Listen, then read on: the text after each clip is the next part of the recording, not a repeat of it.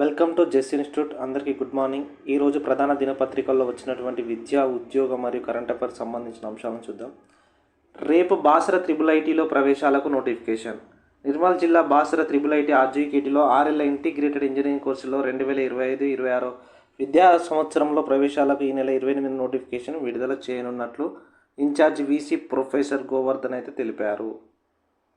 రేపైతే నోటిఫికేషన్ రాబోతుంది బాసర త్రిబుల్ ఐటీకి సంబంధించి.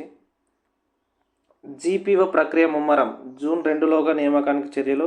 పరీక్ష మూల్యాంకన బాధ్యత రెవెన్యూకే.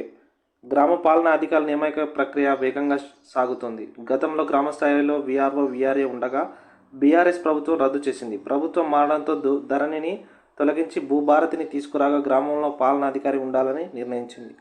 ఆసక్తి గల వీఆర్ఓ వీఆర్ఏల నుంచి దరఖాస్తులు స్వీకరించగా 2 రోజుల క్రితం పరీక్ష నిర్వహించారు. జూన్ 2లోగా నియామక ప్రక్రియ పూర్తి చేసేందుకు అధికారులు అయితే కసరత్తు చేస్తున్నారు. జీపీఓ ప్రక్రియ మాత్రం 2 లోపు పూర్తి చేయాలని నిర్ణయం అయితే తీసుకున్నట్టు తెలుస్తుంది. నెక్స్ట్ అంశం, విద్యుత్ కార్మికులకు రూపాయలు 1 కోటి ప్రమాద బీమా. దేశ చరిత్రలో ఇది రికార్డు. Deputy CM Bhatti. విద్యుత్ కార్మికులకు 1 కోటి రూపాయల ప్రమాద బీమా కల్పిస్తున్నామని దేశ చరిత్రలోనే ఇది ఒక రికార్డు అని డిప్యూటీ సీఎం భట్టి విక్రమార్క అన్నారు. ఎన్పీడీసీఎల్ పరిధిలోని కరీంనగర్ సర్కిల్ చేంజర్లో సెక్షన్లో విధులు నిర్వహిస్తున్న ప్రమాదవశాత్తు ప్రాణాలు కోల్పోయిన జోగు నరేష్ కుటుంబానికి 1 కోటి రూపాయల ప్రమాద బీమా చెక్కును, అలాగే నరేష్ భార్యకు విద్యుత్ శాఖలో కారుణ్య నియామక ఉత్తర్వులను సోమవారం ఆయన అందజేశారు. విద్యుత్ కార్మికులు ఎవరైనా ప్రమాదంలో చనిపోతే వారికి 1 కోటి రూపాయల ప్రమాద బీమా అయితే కాంగ్రెస్ గవర్నమెంట్ అయితే ఇస్తుంది.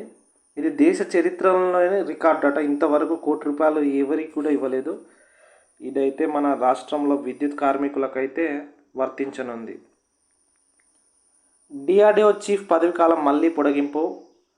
రక్షణ పరిశోధన అభివృద్ధి సంస్థ డిఆర్డీఓ చీఫ్ సమీర్ కామత్ పదవి కాలాన్ని కేంద్ర ప్రభుత్వం మరో ఏడాది పాటు పొడిగించింది. రక్షణ పరిశోధన అభివృద్ధి విభాగం సెక్రటరీ డిఆర్డీఓ చైర్మన్గా కామత్ 2022 ఆగస్టు 25 తేదీన నియమితులయ్యారు. గత ఏడాది మేలో ఆయన పదవి కాలాన్ని మొదటిసారి ఏడాది పాటు పొడిగించారు. ఆ గడువు ఈ నెలాఖరుతో ముగియనుంది. తాజాగా రెండోసారి పొడిగింపుతో కామత్ 2026 మే వరకు లేదా తదుపరి ఉత్తర్వులు వచ్చే వరకు అయితే ఈ పదవిలో కొనసాగుతారు. డిఆర్డీఓ చీఫ్ సమీర్ కామత్ పదవి కాలం అయితే పొడిగించడం జరిగింది. డిఆర్డీఓ చీఫ్ ఎవరు అని అడగచ్చు. సమీర్ కామత్. ఈయన 2026 మే వరకు అయితే పదవిలో ఉండనున్నారు. నెక్స్ట్ అంశం, భారతీయ సంస్కృతి ప్రపంచానికి ఆదర్శం. రాష్ట్ర గవర్నర్ జిష్ణుదేవ్ వర్మ. ఐఐటిహెచ్లో ప్రారంభమైన 10వ అంతర్జాతీయ సాంస్కృతిక సంగీత సదస్సు. భారతదేశ సంస్కృతి సాంప్రదాయాలు ప్రపంచానికి ఆదర్శమని గవర్నర్ జిష్ణుదేవ్ వర్మ అన్నారు. దేశ సంస్కృతిలో సమైక్య విధానం, ధర్మం ఉందన్నారు. యువతలో భారతీయ శాస్త్రీయ సంగీతం, సంస్కృతి పట్ల మక్కువ పెంచేందుకు ఏర్పాటు చేసిన SPICMACAY society for the promotion of Indian classical music and cultural amongst youth ఆధ్వర్యంలో సోమవారం హైదరాబాద్ ఐఐటిహెచ్లో 10వ అంతర్జాతీయ సాంస్కృతిక సంగీత సదస్సు సోమవారం ప్రారంభమైంది. జూన్ 1 వరకు ఈ సదస్సు అయితే జరగనుంది. 10వ అంతర్జాతీయ సాంస్కృతిక సంగీత సదస్సు ఎక్కడ జరిగింది అని అడగవచ్చు మనకు. ఐఐటిహెచ్ హైదరాబాద్లో అయితే జరగడం జరిగింది. ఇది గుర్తుపెట్టుకోండి. నెక్స్ట్ అంశం, లోకోమోటివ్ ఉత్పత్తి ప్లాంట్ను ప్రారంభించిన ప్రధాని మోదీ. గుజరాత్లోని దాహోద్లో లోకోమోటివ్ ఉత్పత్తి ప్లాంట్ను ప్రధాని మోదీ ప్రారంభించారు. దేశీయ ప్రయోజనాలకు అవసరమైన 9,000 HP ఎలక్ట్రిక్ ఇంజన్లను ఈ ప్లాంట్లో తయారు చేస్తారు. రైల్వే శాఖ సరుకు రవాణా సామర్థ్యాన్ని పెంచేందుకు ఈ ప్లాంట్ సహకరించనున్నది. దేశంలో ఫస్ట్ ఎలక్ట్రిక్ లోకోమోటివ్ కేంద్రం ఇదే కానున్నది. ఇక్కడ ఉత్పత్తి అవుతున్న లోకోమోటివ్ను ఎగుమతి కూడా చేయనున్నారు. దాహోద్ లోకోమోటివ్ మ్యానుఫ్యాక్చరింగ్ వర్క్షాప్నకు 2 ఏళ్ల క్రితం శంకుస్థాపన చేశారు. చాలా తక్కువ సమయంలో ఉత్పత్తి మొదలైనట్టు పశ్చిమ రైల్వే సిపిఆర్ఓ వినీత్ అభిషేక్ తెలిపారు. ప్రతి ఏడాది 120 లోకోమోటివ్లను ఇక్కడ ఉత్పత్తి చేయనున్నారు. భవిష్యత్తులో ఈ సంఖ్య 150కి అయితే పెంచే అవకాశం ఉన్నాయి. మన భారతదేశంలోనే మొట్టమొదటి ఎలక్ట్రిక్ లోకోమోటివ్ కేంద్రం అయితే గుజరాత్లోని దాహోద్లో ప్లాన్ అయితే మోడీ సోమవారం అయితే ప్రారంభించడం జరిగింది. ఈ ప్లేస్ గుర్తుపెట్టుకోండి. ఇది 9,000 ఇంజన్లు తయారు చేసే సంస్థ అట. ప్రస్తుతం అయితే 120 తయారు చేస్తున్నారు. ఈ సంఖ్యను అయితే 150కి పెంచే అవకాశాలు ఉన్నాయి, గుర్తుపెట్టుకోండి. నెక్స్ట్ అంశం, పారా అథ్లెట్ మహేంద్ర ప్రపంచ రికార్డు. భారత పారా అథ్లెట్ మహేంద్ర గుర్జార్ పురుషుల జావెలిన్ F42 విభాగంలో ప్రపంచ రికార్డు అయితే నెలకొల్పాడు. స్విట్జర్లాండ్లో జరుగుతున్న వరల్డ్ పారా అథ్లెటిక్ గ్రాండ్ ప్రీలో భాగంగా జావెలిన్ను 61.17 మీటర్ల దూరం విసిరిన 27 ఏళ్ల మహేంద్ర నూతన రికార్డుతో స్వర్ణం సొంతం చేసుకున్నాడు.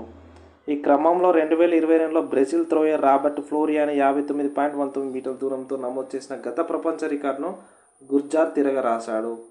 ఇక పురుషుల F64 జావెలిన్ త్రోలో 2 సార్లు పారాలింపిక్ స్వర్ణ పతక విజేత సుమిత్ అంటిల్ స్వర్ణం అయితే చేజిచ్చుకున్నాడు. పారాథ్లెట్ మహేంద్ర రికార్డు అయితే గుర్తుపెట్టుకోండి. నెక్స్ట్, తేజస్వినికి స్వర్ణం.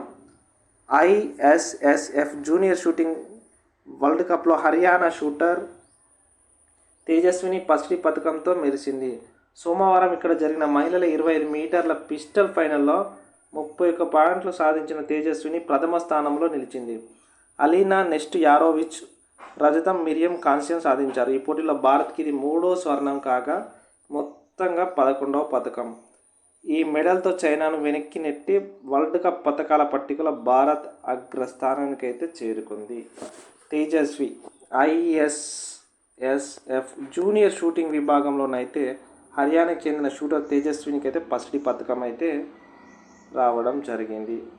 ఇదండి ఈరోజు ప్రధాన దినపత్రికల్లో వచ్చినటువంటి విద్యా, ఉద్యోగ మరియు కరెంట్ అఫైర్స్ సంబంధించిన అంశాలు. ఇలాగే ప్రతిరోజు మీకు అందించడం జరుగుతుంది. కాబట్టి మన యూట్యూబ్ ఛానల్ను సపోర్ట్ చేయండి, సబ్స్క్రైబ్ చేయండి, లైక్ చేయండి, షేర్ చేయండి. Thank you.